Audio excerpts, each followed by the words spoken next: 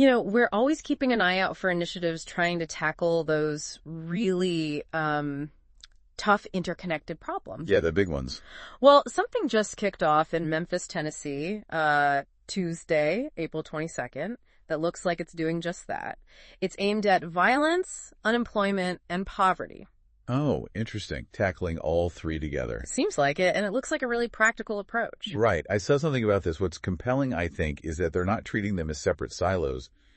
They see the connection. Exactly. And the engine behind it seems to be this Violent Crime Intervention Fund grant managed by Power Media Solutions. Okay, Power Media Solutions. And you said practical solutions. Yeah. Let's maybe dig into that. What are they actually doing on the ground with this grant? What's the core idea? Well, it really boils down to equipping Memphis residents with, job-ready skills. Ah, okay. Job training. Yeah, training programs, resources to build those skills employers actually need right now. Mm-hmm. The thinking is create real pathways to sustainable jobs. And that can then have a knock-on effect on, the violence and poverty aspects. Makes total sense. A steady job, a future, that can change perspectives dramatically. And it sounds like Power Media Solutions knows they can't go it alone on this. No, definitely not. It's very much about collaboration. They're pulling in different players. Like who? Okay, so local law enforcement is involved, which you'd expect, given the violence focus. Right. But crucially, also employers. Because, you need the actual job opportunities at the end of the training. True. Need somewhere for people to land. Exactly. Yeah. And educational institutions are mentioned, though not specific ones listed in what I saw. Plus, really vital community groups, specifically 901 Block is named. 901 Block, okay. For listeners who might not be familiar, what's their typical role in Memphis? Are they pretty grounded in the community? Oh, very much so. 901 Block is known for being, really embedded locally.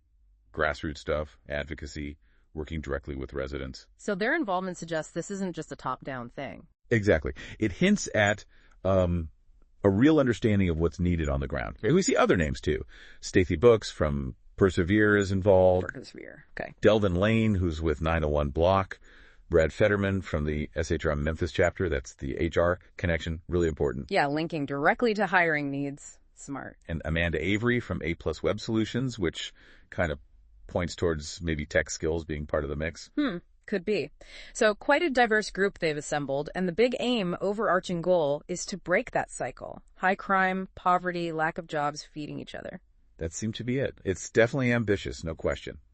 But focusing on concrete job skills, tangible pathways, it feels like a solid place to start. Yeah, it does. It connects to that bigger idea. If you provide genuine economic opportunities, you start to address some of the root causes of instability, right? Precisely.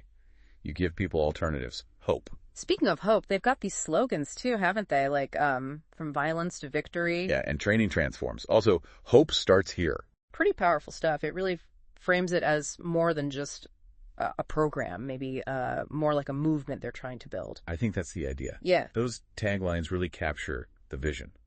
Use skills, use training as the tool to move away from violence towards, victory. Personal and community victory. Yeah, upliftment.